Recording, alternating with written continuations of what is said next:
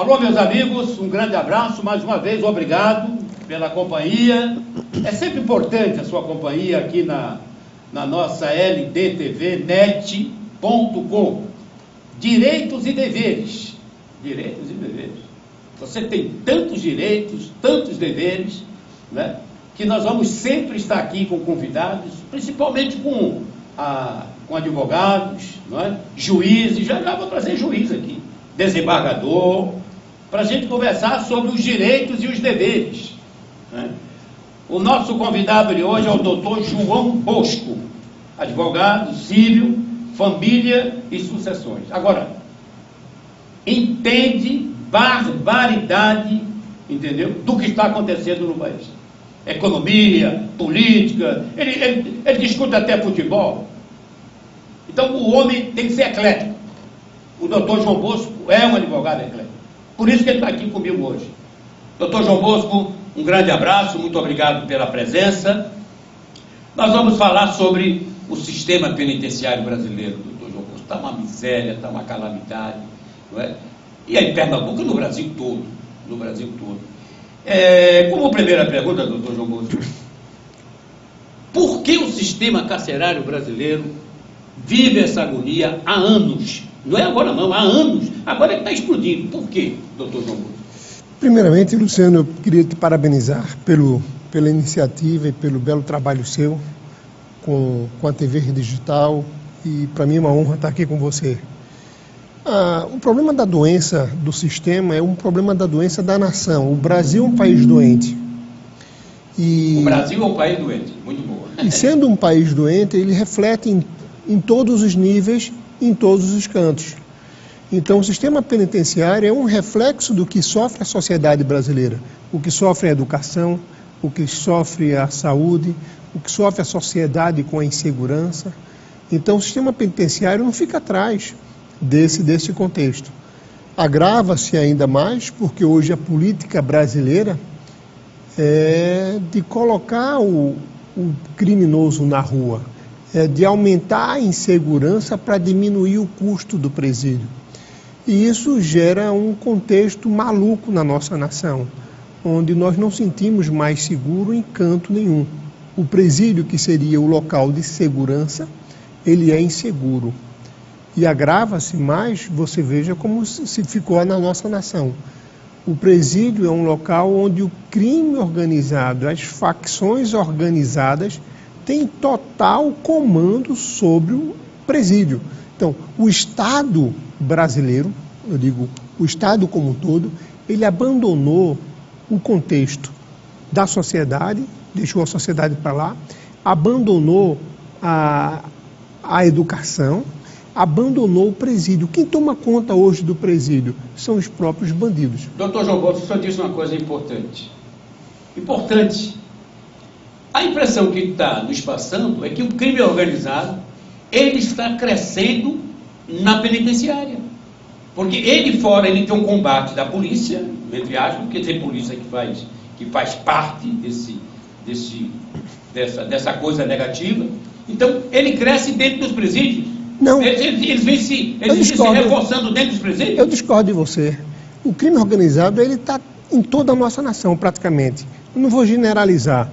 No Congresso Nacional, a maioria... Eu falo esse crime do tóxico, esse tipo de crime a maioria, de assalto à banda. A maioria... O político só fala depois. Não, mas a maioria dos bandidos, a maioria dos nossos congressistas, não diga totalidade, a maioria faz parte de grupos de crime organizado. Certo. Tá certo? O presídio não tem diferença nenhuma de quem está preso, que comete crime, e de quem é o político de colarinho branco, que está solto e que deveria estar preso. São criminosos do mesmo jeito. Deveriam todos estar no mesmo local. Então, o crime organizado dos políticos, esse só quer levar vantagem, o estrago é muito maior. O do presídio é o abandono do Estado. O Estado abandonou do lado de cá. Certo.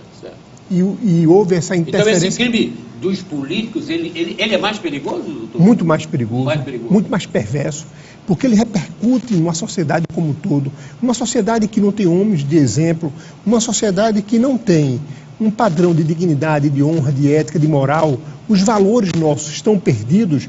Como é que eu posso me espelhar? Em quem eu irei me espelhar? Se o homem a que eu devo me espelhar, um homem que ocupa um cargo importante na nossa nação, ele está envolvido em falcatruas, em bandidagem, isso reflete na sociedade como um todo. Foi abandonada a nossa educação, foi abandonado no contexto como um todo. Hoje é muito mais simples jogar a culpa no Estado, quando esse caso do presídio do Amazonas, o presídio é privatizado ou é um misto. Ora, as cadeias públicas brasileiras estão superlotadas. Os presídios administrados pelo Estado, esse também tem rebeliões permanentemente. Mas e a lentidão da justiça, nesse caso aí? O judiciário tem outra culpa, porque o volume de processos que chega, o volume de criminosos, de problemas que chega no judiciário, ele não dá conta. E começa a sobrelotar. Tem presos. Agora está saindo aí o mutirão, né? Está acontecendo Mas o mutirão vai liberar quantos mil presos? 20 mil presos, mas eu tenho um número de 100 mil a mais, 180 mil a mais, 200 mil a mais. Isso não vai trazer a solução. Isso vai aliviar um pouco, mas não vai trazer a solução. Nós temos um problema gigante na nossa nação. Tem um problema do usuário de droga que estão sendo presos. E será que ele deveria estar preso? Tem um problema da estrutura, que o Estado não investe na estrutura dos presídios. Ora, mas você faz, mas o Estado não investe nos hospitais. Aí como é que eu vou eleger prioridades numa nação tão doente como a nossa? Eu vou investir em melhores condições para quem comete crime, ou eu vou investir em melhores condições no hospital para quem não cometeu crime, mas que precisa da mesma assistência do Estado? Também, né? Na educação. Então hoje nós temos esse problema. O judiciário, ele contribui muito com isso. A morosidade do judiciário, os juízes não dão conta do volume, faltam funcionários para dar apoio, faltam juízes para julgar os processos. Falta motivo, alguns juízes estão desmotivados. Então hoje nós temos um sistema carcerário, teve um exemplo, chama barbárie. Um preso em São Paulo, acho que outro no Ceará, ou era Santa Catarina, prisão provisória, ele estava há 11 anos, o outro estava há 14 anos. São vários casos assim no Brasil. Isso não existe. Eu estou descendo para o século XVII, tá certo? Isso é barbárie. Acho que o Estado tem que dar, sim, ao quem está preso, dignidade. Tem que dar a esse homem estrutura. Tem que criar, acredito eu, uma força de trabalho dentro dos presídios. Tem que selecionar esses presos. Por que não vamos pintar os prédios públicos com presidiários? Vamos dar trabalhos a esses homens? Fica hoje um abandono lá, dentro da cela, dentro do presídio. E o custo é alto, o governo gasta muito dinheiro com bandido preso. Gasta muito mais com um homem preso do que com uma criança na escola. É verdade. Mas por que eu não transformo esse homem? Porque se o presídio ou se a cadeia é um local de ressocialização, eu tentar transformar aquele homem, tirar ele dessa situação. Hoje, vou citar o exemplo aqui da televisão digital, dos cursos digitais, por que eu não crio cursos para que o presidiário ele faça um curso, porque um curso universitário pela televisão, colocando dentro da cadeia... Normalmente tem uma biblioteca só lá, bota uma biblioteca e... Rapaz, e que não dá em nada, né? Não dá em nada porque não há um incentivo, é um abandono. Tá certo? Eu faço curso, por exemplo, vou transformar esses homens em trabalhadores, vou dar a ele uma profissão, uma dignidade. Existe o abandono, esse é o problema. Hoje o tema está muito forte no Brasil por conta dessas chacinas. Mas a indignidade de transformação do homem é permanente.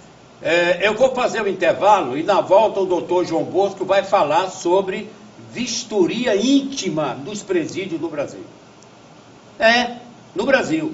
Parece que nos Estados Unidos não tem, na França não tem, em outros países não. Mas no Brasil tem, vistoria íntima. Eu vou ao comercial e eu volto logo.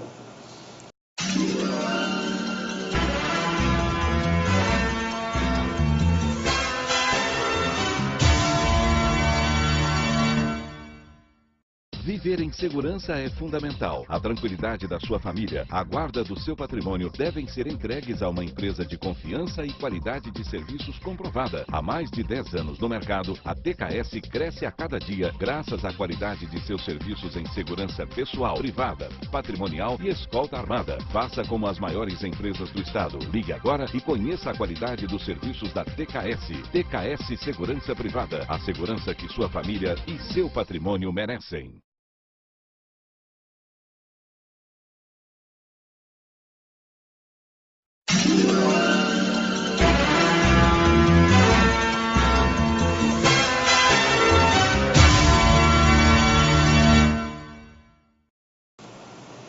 Bem, já estamos de volta. Doutor João Bosco, vistoria não, visita íntima, me desculpe, eu falei vistoria, visita íntima nos presídios brasileiros. Eu tenho informação que em vários países do mundo não existe esse negócio. E por que no Brasil existe? O Brasil, veja bem, o Brasil ele tem muitas facilitações que nós não entendemos. E eu dar o exemplo. O presídio é de segurança máxima e o bandido tem telefone celular. O bandido dentro do presídio comanda assaltos lá fora. O bandido dentro do presídio comanda e orquestra o tráfico de droga. O PCC manda dinheiro para outros presídios para comprar arma. A arma dentro do presídio. Ora, como é que eu posso ter arma, celular, bebidas, computadores dentro de um presídio? Aí, para facilitar ainda mais, olha, esses homens todos estão reclusos e para que ele tenha uma ressocialização, ele precisa ter as visitas íntimas. E aí começa a facilitação. Dá um exemplo a você. Esse de Manaus, no Natal, as mulheres dormiram dentro do presídio. Então começa ao esquema que tem uma rotina dentro do presídio, começa a haver modificações para facilitar a falta de estrutura que o Estado oferece, o abandono que o Estado oferece, faz ali um aglomerado de pessoas, tá certo? Sem estrutura, numa cela que é para 3 ou 5 ou 10 pessoas, tem 20, tem 30, tem contextos que é maluco, porque veja que situação, se você é um devedor de alimentos, não tem curso superior, e você cai num presídio desse, você entra e você é obrigado a escolher a facção. Qual é a facção que você quer? Mas eu não quero facção. Não, você tem que escolher uma facção. Se você não escolher, sua família... O curso superior está fora disso, né, doutor? O curso superior tem uma regra... Está fora, tem uma Mas quem não tem, fica naquele meio. Aí você é obrigado a escolher uma facção. Então, o comando está dentro do presídio. Aí faz, agora a visita íntima. Se você não me liberar a visita íntima, nós vamos tocar fogo na cadeia. Tá certo? Vai ter umas inseguranças na rua. O que é que acontece?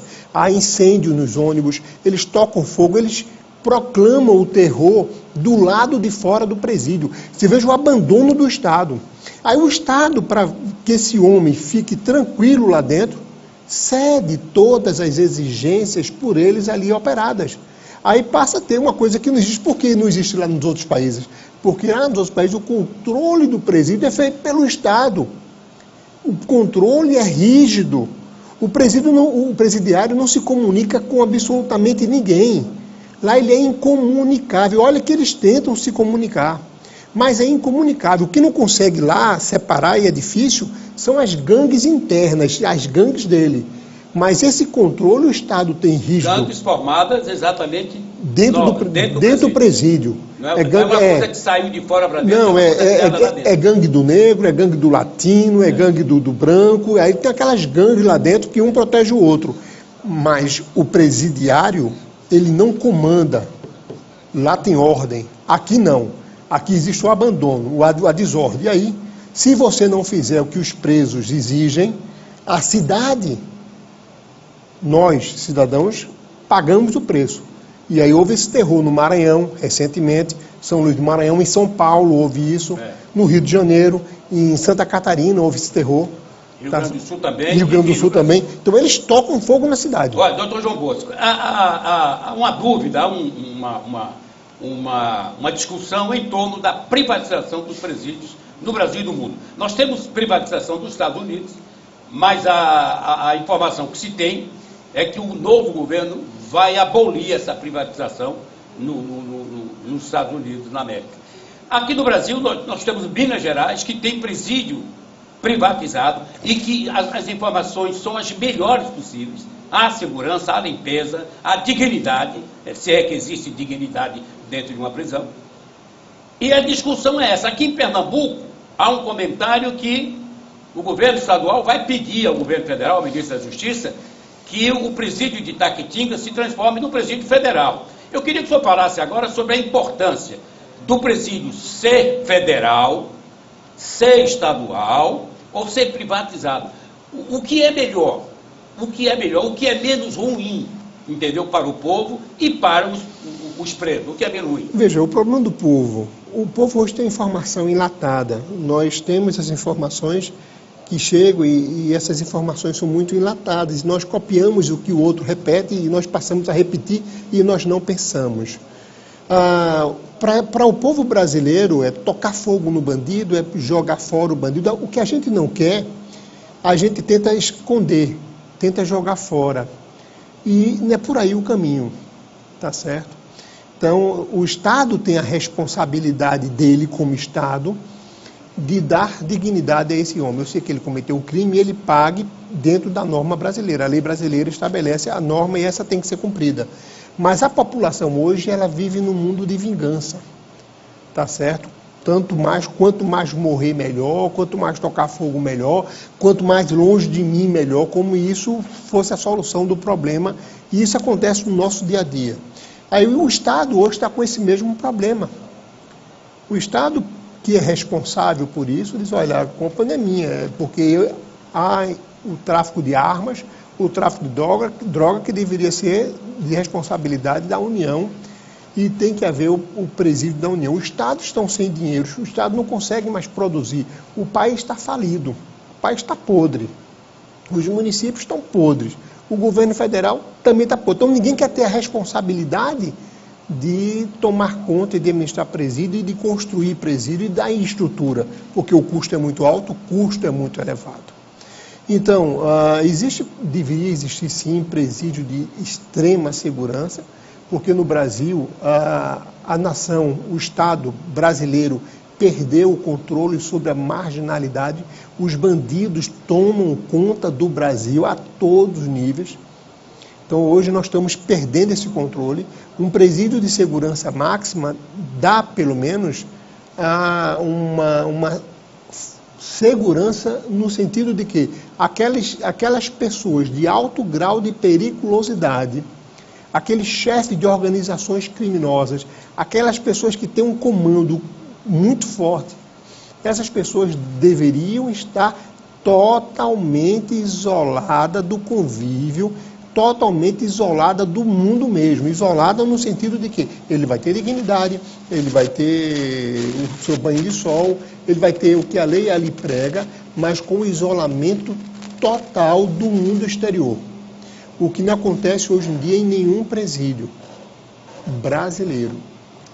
Então o bandido, ele comanda, você tem ideia, aqui em Recife, quem tomava conta das chaves das cadeias era o próprio bandido. O próprio bandido. Muito bem. Na contagem que houve no Amazonas, o Estado deu um número de 100 e poucas pessoas, porque o Estado tem medo de entrar para contar. Quando chegou a Força Federal, foram fazer uma recontagem e descobriram que não era 180, era 225. Então, eu entendo que a responsabilidade do governo federal, sim, com relação a determinadas situações, e do Estado também. O Estado não pode tirar a responsabilidade dele em também ter o seu... dividir a responsabilidade, governo federal com o governo estadual. Isso, doutor? Isso.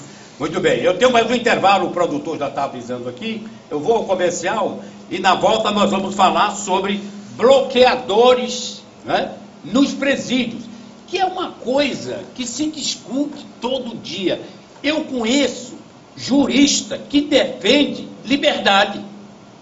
Eu conheço jurista que defende liberdade. Não, deixa ele usar o celular. E conheço também, a maioria conhece, a defesa que se faz de se bloquear o celular dentro do presídio. Nós vamos ao intervalo, nós voltamos logo, é rapidinho.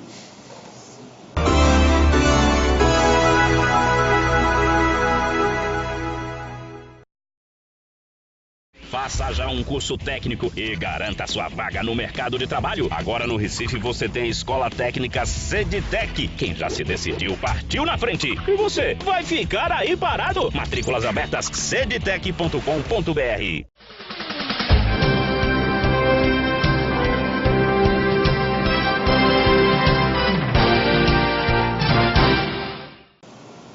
Muito bem, estamos de volta com Direitos e Deveres aqui na ldtvnet.com, né? Para você acompanhar a hora que você quiser. Você pode ver esse programa quantas vezes você quiser. Você pode botar no final, bota na cabeça, começa no meio. Você tem esse controle no seu smartphone, no seu tablet, na sua internet, no seu laptop ou na sua Smart TV em casa, 55 polegadas. 32 polegadas. Que coisa maravilhosa, é ou não é? Então, use disso, não é? E mande sugestão para mim aqui, quem eu devo entrevistar aqui nos Direitos e Deveres. Como eu falei, eu vou trazer juiz aqui, vou trazer desembargador. Então, vamos fazer aqui muitos programas falando sobre direitos e deveres. A verdade verdadeira da justiça. E tem outra coisa, doutor João Bosco. O Brasil precisa também fazer uma reforma nessa área nossa, na área do senhor, entendeu? O Brasil está precisando de uma reforma nessa área. Eu vou fazer um programa mais à frente sobre esse assunto.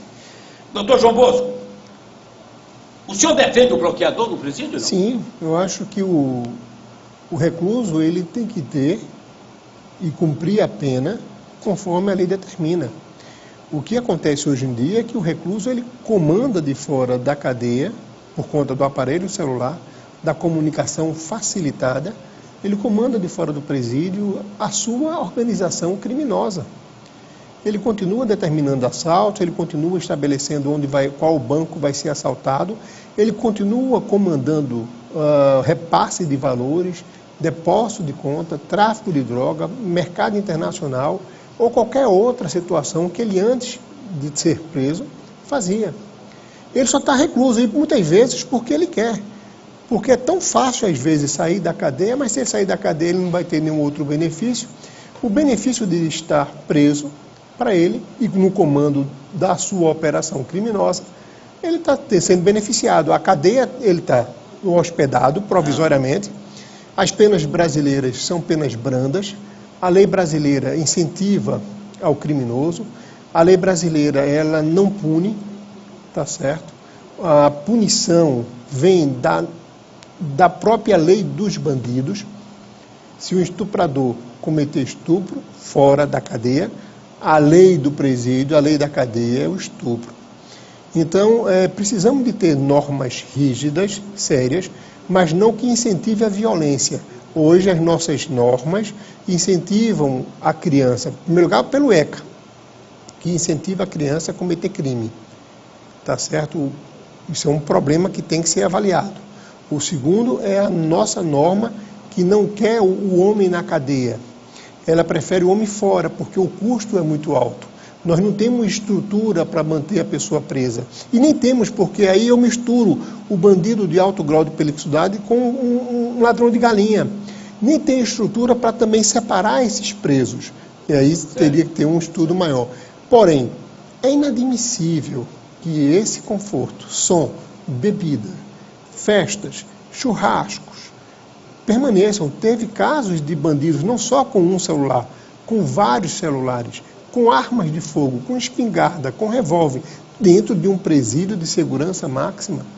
Então, o telefone celular, Luciano, hoje é um contato para o mundo, que o telefone celular ele não é somente o telefone celular, ele é um aparelho com múltiplas funções. É um computador. Computador. Doutor João Bosco, eu falei que eu conheço jurista que defende a liberdade do telefone celular. Eu perguntei, mas por quê, doutor? Porque, Luciano, se você libera o celular para o presídio, o bandido que está lá, e você pede autorização à justiça, e faz o acompanhamento dessa ligação, dessas ligações, e você vai lá na ponta prender o bandido que está solto. O bandido que está solto, ele está lá, aguardando qualquer ordem do presídio. Então, se você libera o telefone, o chefão vai ligar lá da penitenciária, entendeu? E aí está bloqueado, a justiça dá, bloqueia, bota o grampo lá no telefone e vai prender o cara, chegue antes dele agir e vai prender. Essa é uma tese que está sendo discutida no Brasil. Luciano, num presídio tem 1.200 homens. Cada bandido tem 3, 4 celulares. Multiplica por 4.200, dá quanto? Aí quantos homens você vai ter para ficar ouvindo conversa de bandido? Rapaz, você vai, quer dizer, é uma política burra. Me desculpe, é inoperante. Eu tenho que deixar aquele bandido pagando a sua pena. Doutor João Paulo, você determina. Olha, cada presidiário tem direito a um telefone. Acabou. Agora, é só impedir, fiscalizar e impedir Luciano, que o outro celular... Você falou da revista íntima. No presídio entra-se com facilidade tudo. Eu estou dizendo que entra rifle, entra revólver. Imagina o que não entra, que a gente não sabe. Então você não pode, se você não tem estrutura como Estado, através dos homens que ali trabalham, de dar essa segurança, essas seguranças eletrônicas é mais fácil. O problema que as pessoas reclamam, é que os nossos presídios, eles estão dentro da área urbana. E aí quando eu boto um bloqueador do celular, atinge a população ali. Tem esse complicador aí também. Entendeu? O presídio deveria ser em locais afastados. A verdade, meus amigos, é que Deus nunca disse, né, que a jornada seria fácil. Nunca disse. Mas ele disse que a chegada valeria a pena. Essa é uma verdade. Então, esse problema carcerário brasileiro é um dos maiores, se não for o maior, é o maior do mundo ou está entre os 3 maiores do mundo, doutor João Bosco? O que não presta no Brasil é o maior do mundo. O Brasil é uma pena, ele abandonou o contexto como um todo da nossa sociedade. Eu tenho que dar estrutura ao Estado, ao homem que toma conta do presídio, eu tenho que dar estrutura à polícia, eu tenho que dar estrutura à justiça, eu tenho que dar estrutura a tanto outros órgãos. Eu não posso pegar hoje e ficar preocupado, em primeiro lugar, em proteger as regalias do bandido. Ceder ao bandido o telefone celular e eu ter que contratar pessoas para fiscalizar as ligações seria um trabalho inócuo. É complicado, é um problema, mas a gente vai encontrar a solução. Hoje, amanhã, depois. Temos que achar a solução. Nós temos países, né, como o doutor João Bosco falou aqui, na América é complicado, nós temos presídios maravilhosos, bons presídios, segurança máxima. Vamos chegar um dia lá. Agora, senhor governador, tira esse presídio lá de Itamaracá, senhor governador. Tira, acaba com esse negócio. Recupera o litoral norte, senhor governador Paulo Câmara. Doutor João Bosco, muito obrigado pela sua participação, lhe agradeço muito. Eu que agradeço a oportunidade, Luciano. E vamos fazer novos programas aqui, muito obrigado a você e ao seu público. Amigos, um grande abraço a todos vocês. Continue, viu? Continue acompanhando a ldtvnet.com, que nós voltaremos. Nós temos vários programas na nossa grade, o nosso agradecimento. E até breve.